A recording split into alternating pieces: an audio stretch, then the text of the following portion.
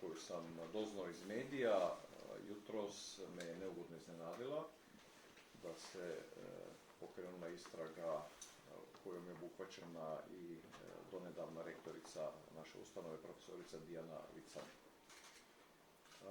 Iznenađen sam zbog toga što sam bio njezin bliski suradnik 8 godina kao član uprave, kao prorektor i poznavajući njezinu kulturu rada i njezine metode, doista mi je ovaj događaj, bar prema onome što je navedeno u medijima jer ja druge spoznaje nemam, je nekako nespojiv s njom.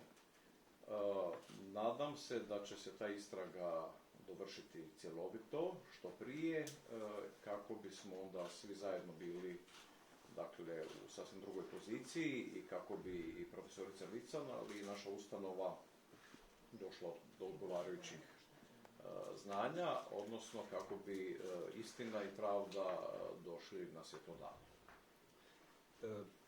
Gospodine rektore, je li USKOK bio u zgradi sveučilišta? Znači, temeljem njihovih procedura oni su došli u ured profesorice Vican u centru Stjepan Matičević i koliko znam policija je obavila odgovarajući izvid u tom prostoru. Je li zatražena od vas kao sveučilišne uprave bilo kakva dokumentacija, dakle ne vezano dakle, uz ovo što je bilo u centru Stjepana Matičevića? Za sada nije od mene zatraženo ništa. Kada bude zatraženo, državnim tijelima će biti dostavljeno sve ono što oni traže. Dobro, kako komentirate činjenicu, naravno i mi hvatamo još konce kao i vi iz medija, da je zapravo oštećeno sveučilište? Pa vidjet ćemo zaista kad bude tijek istrage i morat ću ja naravno biti uključen u onom dijelu na koji će se odnositi dokumentacija sveučilišta. Doista o bilo čemu od onoga što se navodi u medijima nisam imao nikakve spoznaje, pa se nadam i ja da ću uskoro doći do spoznaje. Kad ste zadnji put vidjeli gospođu Vican? Zadnji put smo se vidjeli prije nekoliko dana.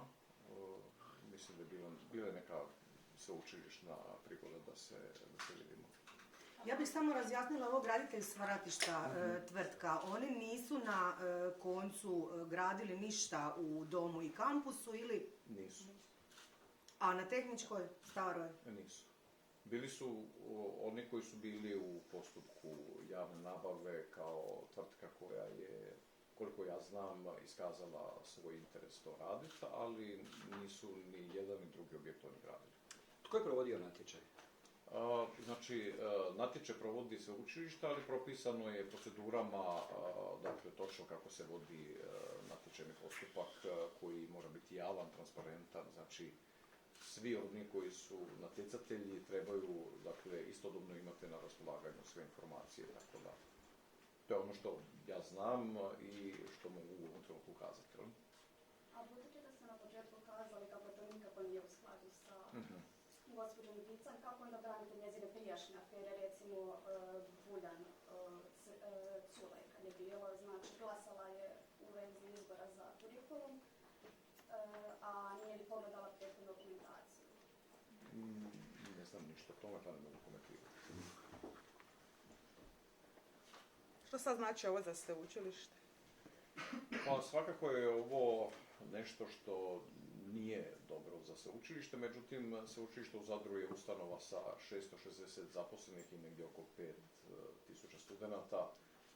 Oni svi obavljaju svoje zadaće, znanstvenici daju sve od sebe da postižu najbolje moguće rezultate u znanosti i u nastavi.